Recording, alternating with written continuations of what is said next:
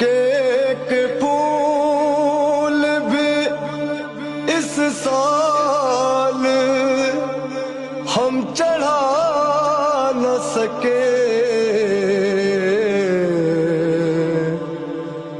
امام آپ کا تابوت ہم اٹھا نہ سکے. اعوذ باللہ من الشیطان اللعین الرجیم. بسم اللہ الرحمن الرحیم.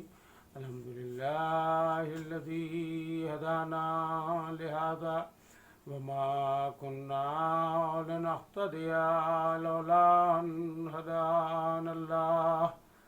لقد جاءت رسل ربنا بالحق والصلاة والسلام على سید المرسلین سیدنا ونبینا وشفیع ذنوبنا ابی القاسم محمد. اللہم صلی علی محمد وعلی محمد واہل بیت الطیبین الطاہرین المعصومین المظلومین ولعنت اللہ علی اعدائہم وغاصب حقوقہم اجمعین من یومنا ھذا الی قیام یوم الدین.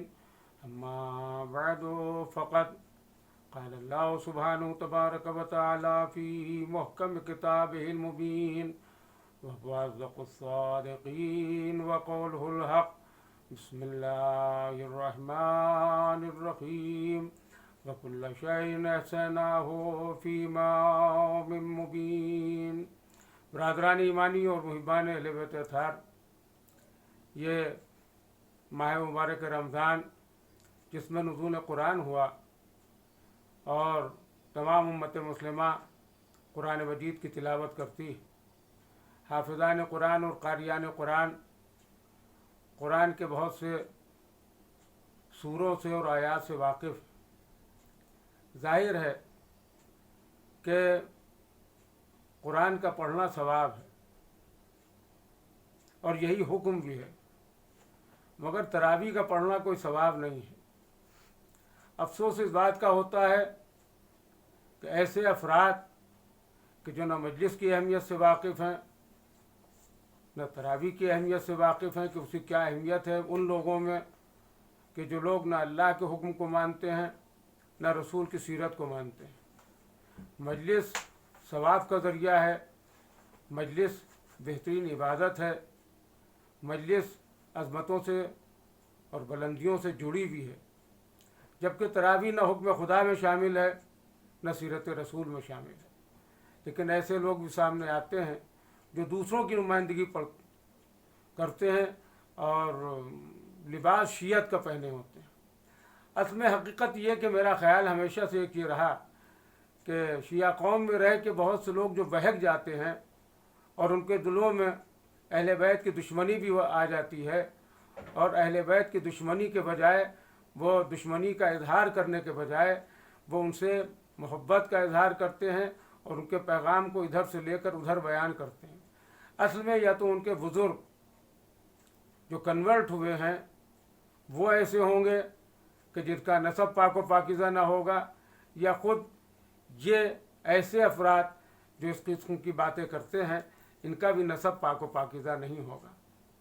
مولا علی کی ذات کو سمجھنے کے لیے اور مولا علی کے فضائل کو سمجھنے کے لیے بڑی اہم بات یہی ہے کہ نسب کی طہارت بہت ضروری ہے. علی ہر ایک کی سمجھ میں نہیں آئیں گے، ورنہ آپ سوچئے اللہ نے قرآن مجید میں کتنی آیتیں نازل کی ہیں مولا علی کی شان میں. اگر ٹھہر ٹھہر کے قرآن پڑھا جائے، جو قرآن کا طریقہ ہے جس کے لیے قرآن نے کہا ہے رتل القرآن ترتیلا، قرآن مجید کو ٹھہر ٹھہر کے پڑھو گے. جب قرآن مجید ٹھہر ٹھہر کے پڑھا جائے گا تو مولا علی کی عظمت سمجھ میں آئے گی، اہل بیت اطہار کی عظمت سمجھ میں آئے گی. اور تیزی کے ساتھ پڑھا جائے گا نہ علی سمجھ میں آئیں گے، نہ اہل بیت سمجھ میں آئیں گے، نہ خدا اور رسول کا پیغام پہنچے گا. چنانچہ مولا علی کے سلسلے میں میں آپ کی خدمت میں عرض کرنا چاہتا ہوں کہ خداوند عالم نے جو ان کو انفرادیت عطا کی ہے وہ کسی کو عطا نہ کی. آپ ابو الائمہ ہیں، آپ کی ولادت خانہ کعبہ میں ہوئی اور آپ آنکھیں بند کیے رہے. جب شہزادی جناب فاطمہ بنت اسد سلام اللہ علیہ نے پیغمبر اسلام سے فرمایا کہ اس بچے نے آنکھیں نہیں کھولی ہیں، تو آپ نے فرمایا لائیے مجھے اس کو اپنی میری گود میں دے دیے. چنانچہ آپ نے حضور کی گود میں دیا. حضور کی گود میں جاتے ساتھی آنکھیں کھولی. آنکھوں کا کھولنا تھا کہ پہلا جملہ، پہلی حدیث جو پیغمبر اسلام کی زبان پر جاری ہوئی وہ یہ ہوئی کہ یا علی آپ نے مجھے اپنی نظر سے مخصوص کیا، میں نے آپ کو اپنے علم سے مخصوص کیا. اب مولا علی جو کچھ بھی بیان کر رہے ہیں وہ علم رسول ہے، اور جو علم رسول ہے وہ علم الہی ہے. یہی وجہ ہے کہ جب یہ علم منتقل ہوا تو خانہ کعبہ سے باہر آنے کے بعد مولا علی نے کفار کا مجمع دیکھا، مشرکین کا مجمع دیکھا، اور اس کے بعد آپ نے بڑھ کر فرمایا کہ کیا میں کچھ سناؤں؟ پیغمبر اسلام جنہوں نے اعلان رسالت کیا تھا، اعلان نبوت کیا تھا، مگر اس کے باوجود آپ نے فرمایا یا علی آپ سنائیے. چنانچہ توریت کی تلاوت کی، زبور کی تلاوت کی، انجیل کی تلاوت کی، صحف آسمانی کی تلاوت کی. اسی میں یہ کتاب جس کو قرآن مجید کہا جاتا ہے یہ نازل نہیں ہوئی تھی، اس کا نزول نہیں ہوا تھا.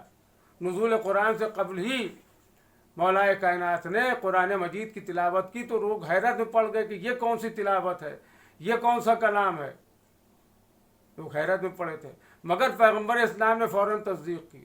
آپ نے فرمایا یا علی آپ نے ویسے ہی سنایا جیسا میں سنانے والا ہوں. کیوں؟ اس لیے کہ علم رسول مولا کائنات کے پاس منتقل ہو چکا تھا. اور یہی وجہ ہے کہ دنیا عقیدت جب اظہار عقیدت کرتی ہے تو علامہ ماہر لکھنوی نے کہا کہ سچائیاں نثار علی کی زبان پر، جو آ گیا زبان پر قرآن بن گیا. ان کے علاوہ ہمارے شہر کے مشہور خطیب بے مثل شاعر مولانا مرزا محمد اشفاق صاحب قبلہ شوق لکھنوی فرماتے ہیں وہ کون ہے حیدر کے سوا دہر میں جس نے قرآن کی آغوش میں قرآن پڑھا ہے.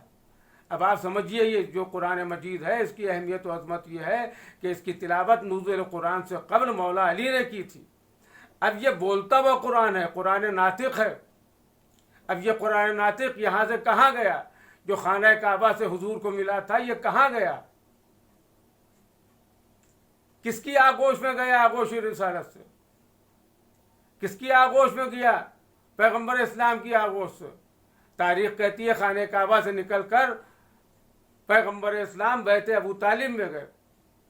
ظاہر ہے کہ جب بیت ابو طالب میں گئے جناب ابو طالب انتظار کر رہے تھے اور انتظار کی گھڑیاں تمام ہوئی تو جس طرح سے پیغمبر اسلام نے جناب فاطمہ بنت اسد کے سامنے اپنے دونوں ہاتھ پھیلائے تھے اسی طرح سے جناب ابو طالب نے پیغمبر اسلام کے سامنے دونوں ہاتھ پھیلائے.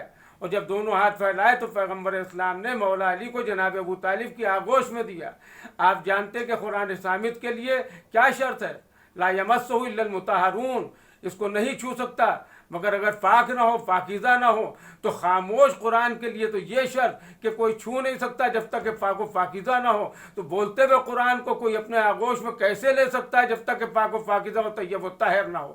چنانچہ جناب ابو طالب اتنے پاک و پاکیزہ و طیب و طاہر تھے کہ آپ نے بولتے ہوئے قرآن کو اپنی آغوش میں لیا.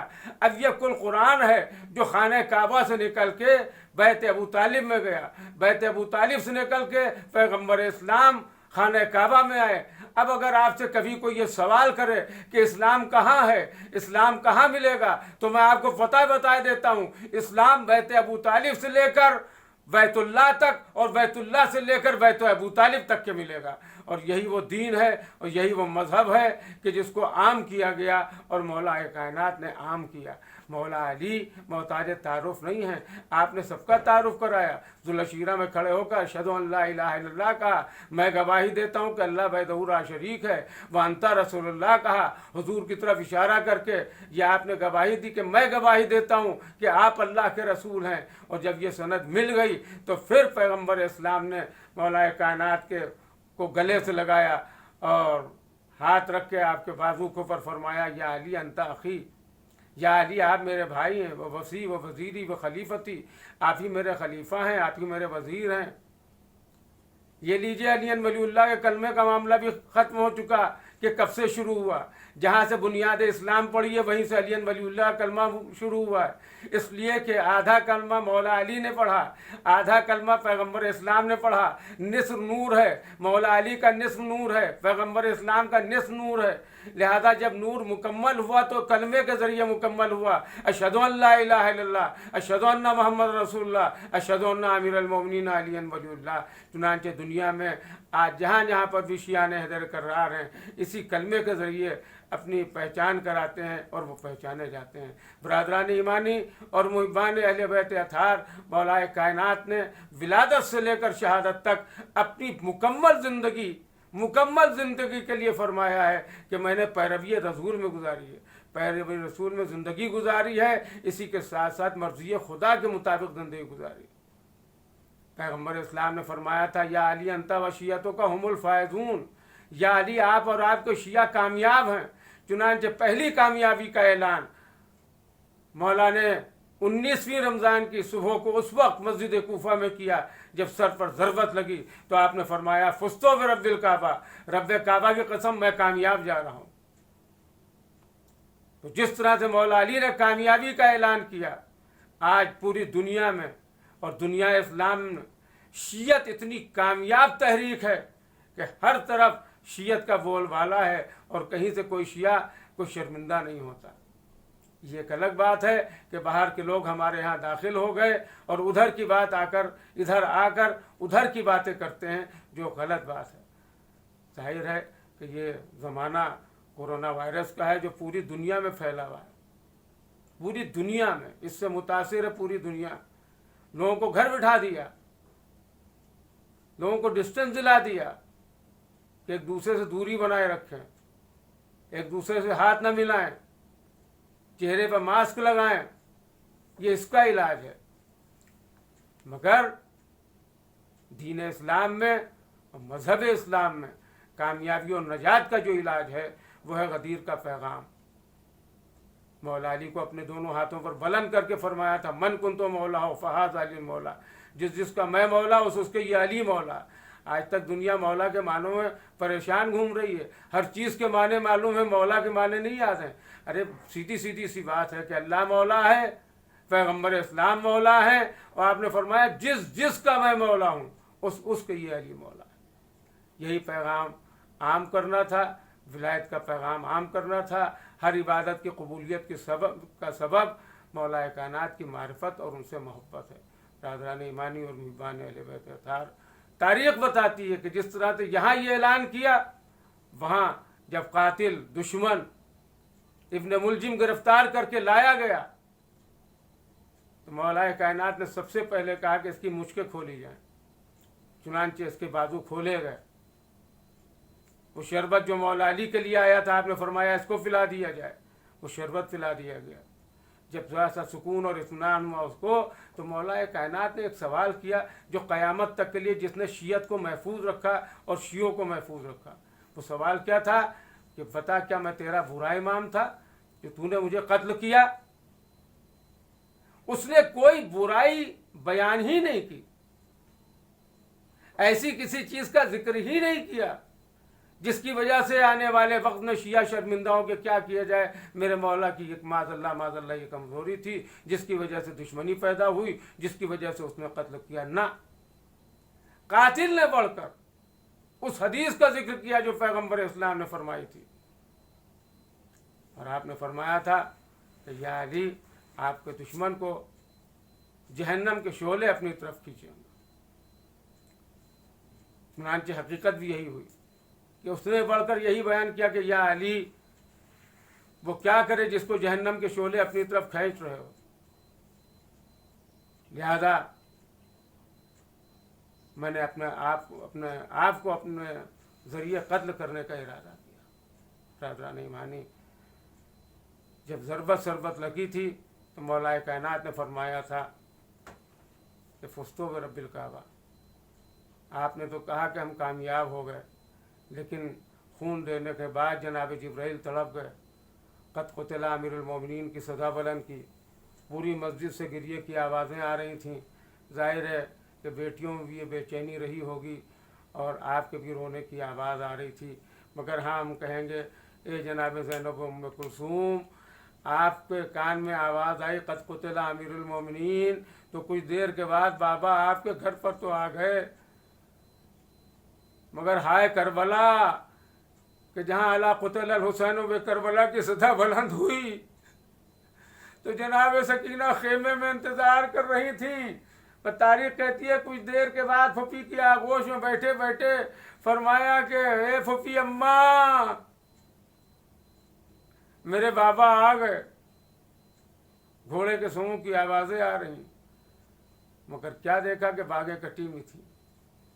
یہاں جناب زینب ام کلثوم کو بڑی تسلی رہی کہ بابا گھر پہ آ گئے۔ ہاں عزاداروں 3 دن تک کے بے چینی اور غم کا ماحول رہا، لوگ آتے جاتے تھے اور خیریت معلوم کرتے تھے، کبھی امام حسن علیہ السلام آتے تھے اور خیریت بتاتے تھے اور کبھی امام حسین اسلام خیریت بتاتے تھے۔ جناب عباس کے لکھا ہے کہ بے چین نظر آتے تھے، کم سنی کا عالم ہے بابا زخمی پڑا۔ تاریخ کہتی ہے کہ 21 رمضان کی صبح وہ صبح تھی کہ جب آپ کی شہادت کا اعلان کر دیا گیا، پورا کوفہ رو رہا تھا، 3 دن تک کے کسی گھر سے دھواں نہ اٹھا۔ ہاں عزاداروں اس لیے کہ سب شیعہ بے چین تھے، مولا علی کے گھر پر موجود تھے۔ عزاداروں شام سے جنازہ اٹھا کہ تمام شیعہ ساتھ ساتھ تھے، نجف کی طرف جنازہ جا رہا تھا۔ امام حسن علیہ السلام، امام حسین علیہ السلام، جناب عباس، اس مجمع کے علاوہ ملائکہ اور فرشتوں کا مجمع تھا، جناتوں میں گریوں کی آوازیں بلند تھی۔